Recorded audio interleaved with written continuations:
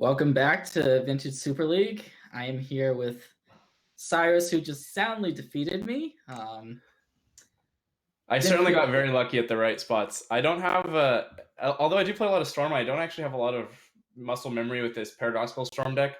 And although it usually doesn't matter what you do once you've drawn 20 cards, I just keep kicking myself saying, like, oh, why did I play that card? The Mox Opal was the worst one. I saw Karn and I was like, oh, yeah, an artifact. So I played Mox Opal and I was like, it's not an artifact, it's a Planeswalker. So that was pretty stupid. It's my brain shortcutted. Yeah, I mean, when I saw when like I wasn't actually sure exactly how the matchup played out. Of course, you're playing one of the top decks in the format, so sometimes it's just kind of like, all right, you just do your thing, you cast your PO, and then I'm sitting here trying to stop you from getting a mentor onto the board, but which I was able to do, but then I had just run out of used all my resources to do that. So Yeah, this Esper Outcome deck developed by this guy Justin Franks is the Power 9 on online. It's just so good because it used to be kind of like this all-in combo deck. I know when Reed was working on it early, but now it's just like it has the Night's Whispers and the Karns and everything, and it's just like you just grind your opponent out of cards because you can threaten turn one kill, and you also are a good late game deck. And I liked the Karns because I know that you were on so many Power Blast and Shatter effects that normally I think Karn's not great against Oath.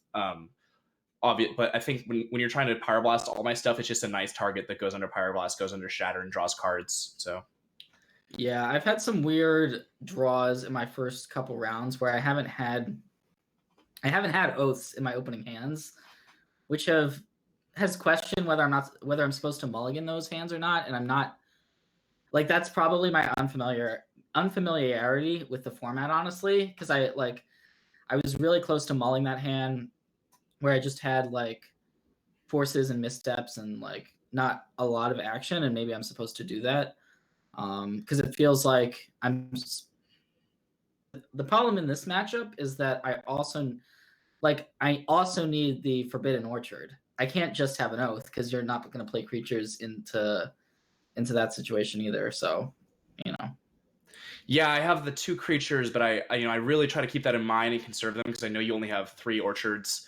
Um, and I haven't played a ton of Oath. I think my impression is that you're supposed to play like a control deck that sometimes randomly combos people, but I just always felt bad about it because it had so many clunky draws where it just like draws you just draw the creatures you want to Oath into, or you draw extras of things you don't want, especially depending on you. I do like your list is pretty streamlined with the four preordains and everything, but I'm not really sure how to evaluate hands in that deck. I think in general it's fine to keep hands with a bunch of counter spells just because you do have crews and stuff and you have planeswalkers. So your late game should be more powerful than mine, although I do have like planeswalkers and Night's Whispers that can kind of keep up to some degree.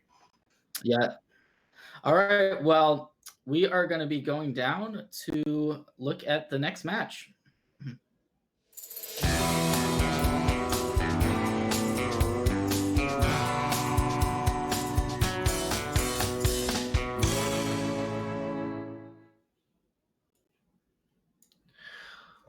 All right, so we have Andy on Shops here versus Andreas on Dredge. They're both still live for the playoffs. A loss here will knock Andy out, and obviously a win here will cement Andreas into the playoffs.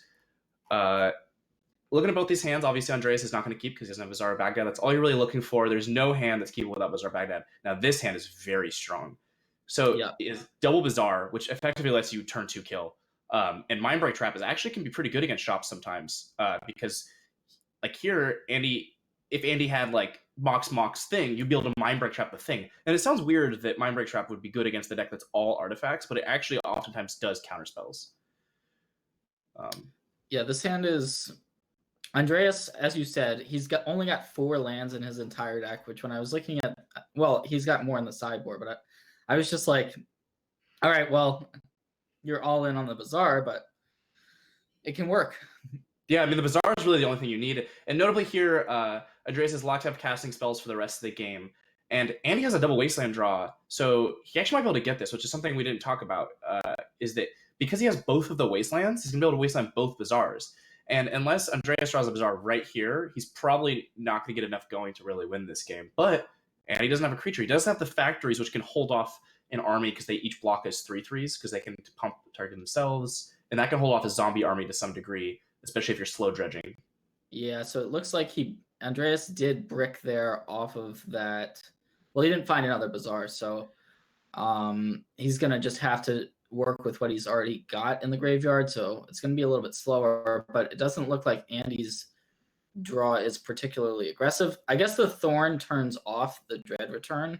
Yeah, it turns off the Dread Return and the therapies, and there's one bridge here. Andy is not able to destroy the bridges, although I think what he could do is activate Mishra's Factory and then Wasteland his own factory, which, if he was to draw another Wastelander, is one Strip Mine, and I think that blows the bridges, right? That would blow the bridges. So that's a line to get rid of the bridges, or if he draws one of his 0-mana artifacts, like the Ravager, the Ballista, can each kill themselves or sacrifice themselves. Okay, so this can bring back 2 amalgams, and that's powerful. The amalgams are really good here, notably because they can attack into the factories, which the zombies cannot do as effectively. But now he's going to be getting a zombie or 2 zombies off of this Ikra dying, and I think that even through 2 Wastelands, Andreas is ahead here. Oh, there's that Wasteland, so now he can make that play if he feels like that's how he can win this game. Yeah.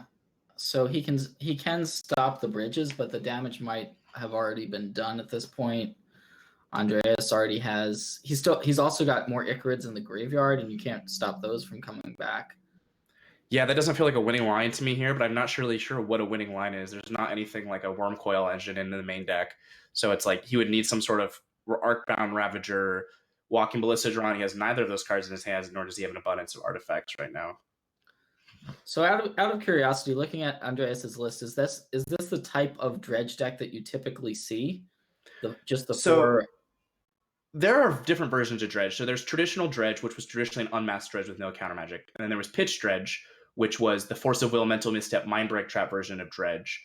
And both of those versions usually play Bloodghast. And then there's also Fate Stitcher dredge, which is one I've worked on a lot. That's like plays Sun Titan or Molder Hulk, and then uses that to buy back Bazaars and uses Fate Stitcher to untap Bazaars, and that plays Black Lotus, Lions and Diamond, Mox Sapphire, Ancestral Recall.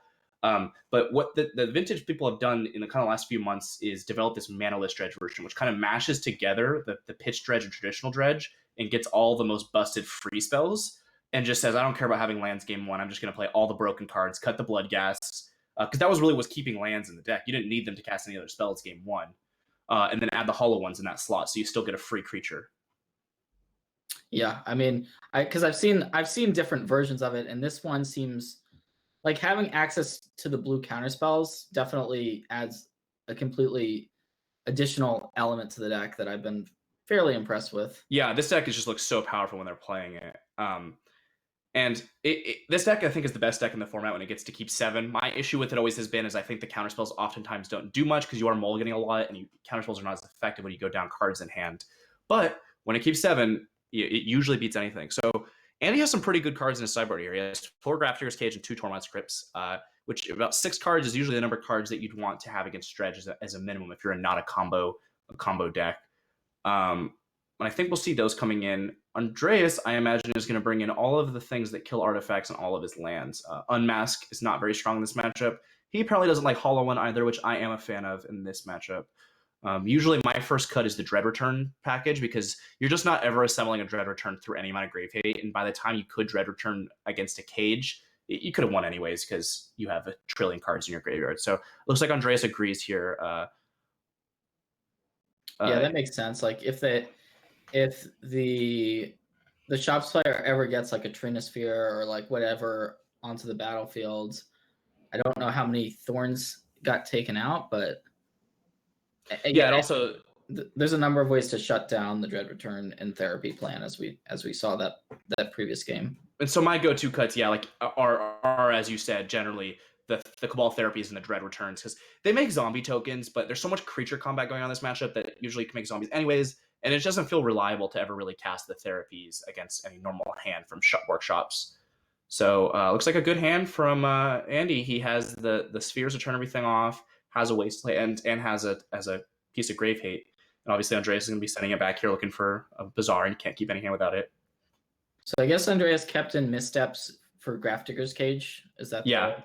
thought process there. I think I don't know if I saw him eyeing the Mindbreak traps. I don't know if he cut them or not, but like I said, they are actually okay in this matchup a lot of the time because you oftentimes can Mindbreak trap shops turn 1 play, and that's really the only time the counter magic's good anyways, is exactly on turn 1. So in that sense, it usually is close to being as good of a Force of Will.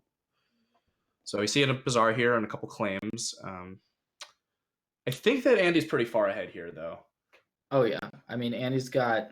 I mean he's kept a 7-card hand. He's got a Wasteland for the Bazaar, so yeah, he seems way ahead here. Andreas needs to still find a green source just to kind of cast these claims. So yeah, he's going to need a lot of help with this one Bazaar. It's interesting to see how Andy sequences here. So he's leading the Mana Vault, so that if there is a misstep that gets misstep, I guess, but it doesn't matter a ton if it does get misstepped. It would be misstep plus 4 specifically would be bad, but this lets him go Sphere. So he might be thinking about Mindbreak Trap because we do know each other's deck list. So if he thinks that Andreas has boarded that card in, he may just not want to allow himself to get blown out by that here. Oh, so he's actually not going to play the Crypt. He's just going to leave it in his hand because it can't get therapied now, and this will force Andreas to overcommit with the Bazaar probably. So that's really clever by Andy, where he just decides, save the Crypt until they can overcommit. Now I get to Wasteland them, then Crypt him, and that's going to be game. Notably, you can't do both on the same. Oh, you can. Yeah, you have the workshop still cast the Tormod's Crypt under Sphere Resistance is the weird interaction.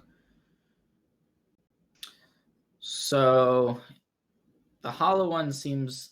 I don't think it's enough by itself to get the job done. With the Steel Overseer can eventually become big enough to block it.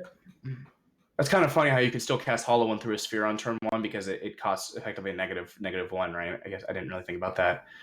But yeah, so the Steel Overseer is going to get too big, and any other creature will just completely stonewall it, and it's just not going to kill fast enough, almost certainly.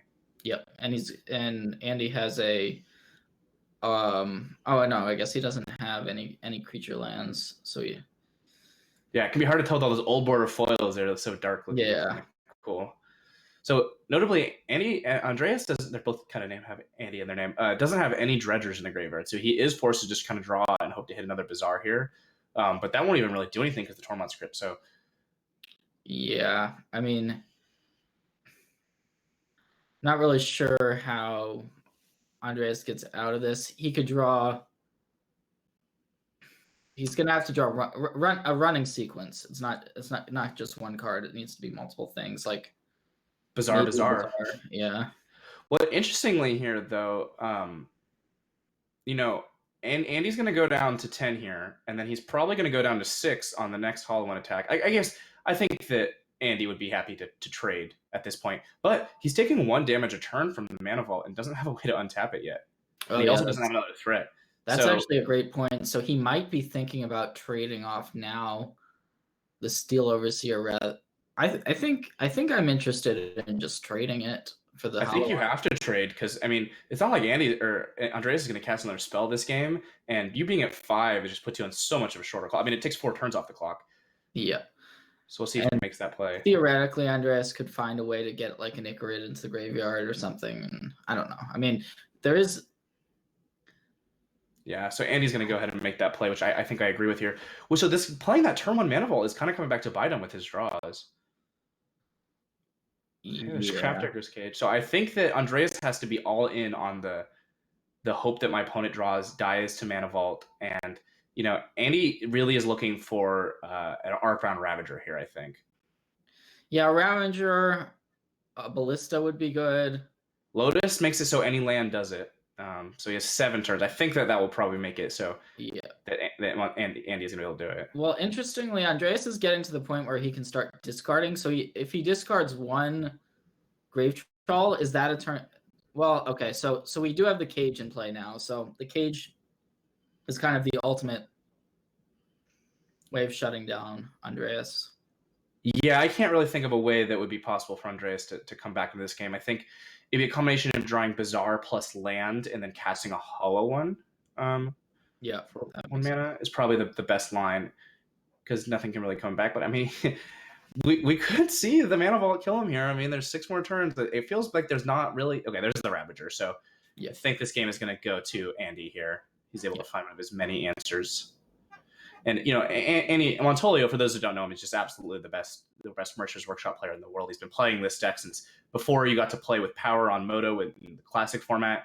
He's won an SCG, Open, and Vintage, or whatever the name of those events are, the Open equivalents for Vintage.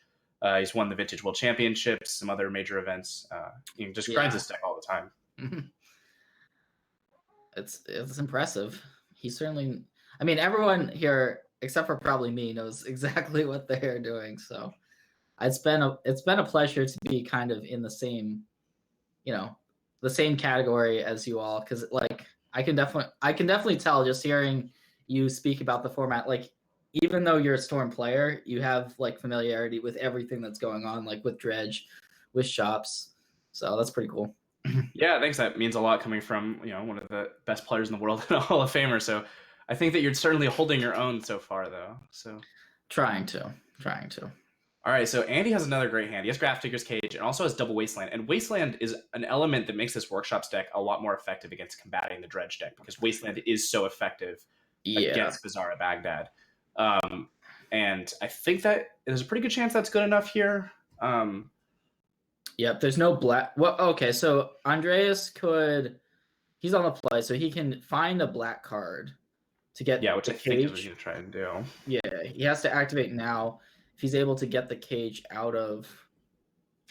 So he's not going to be able to. He's going to get Wasteland. So I think this Hollow One's going to have to go the distance, which it doesn't feel like it will.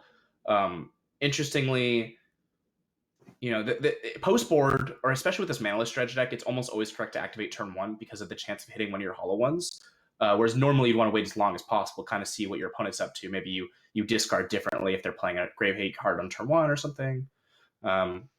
Which Andy will be doing this turn. He will be playing Grafdigger's Cage and Wastelanding, and has a Wasteland on deck for the next one, as long with a turn 1 threat. And now here's a Walking Ballista. So I think Andy's going to get this one. It's going to be hard to draw yourself out of this. Yeah, I think Andreas would need a green producing land right there to be able to get rid of the Grafdigger's Cage. And interestingly, Andy did not play around Mindbright Trap there, right? I think he went Mox, Steel Overseer, Mox, Great Grafdigger's Cage. So I think it still wouldn't have mattered because the Wasteland. I think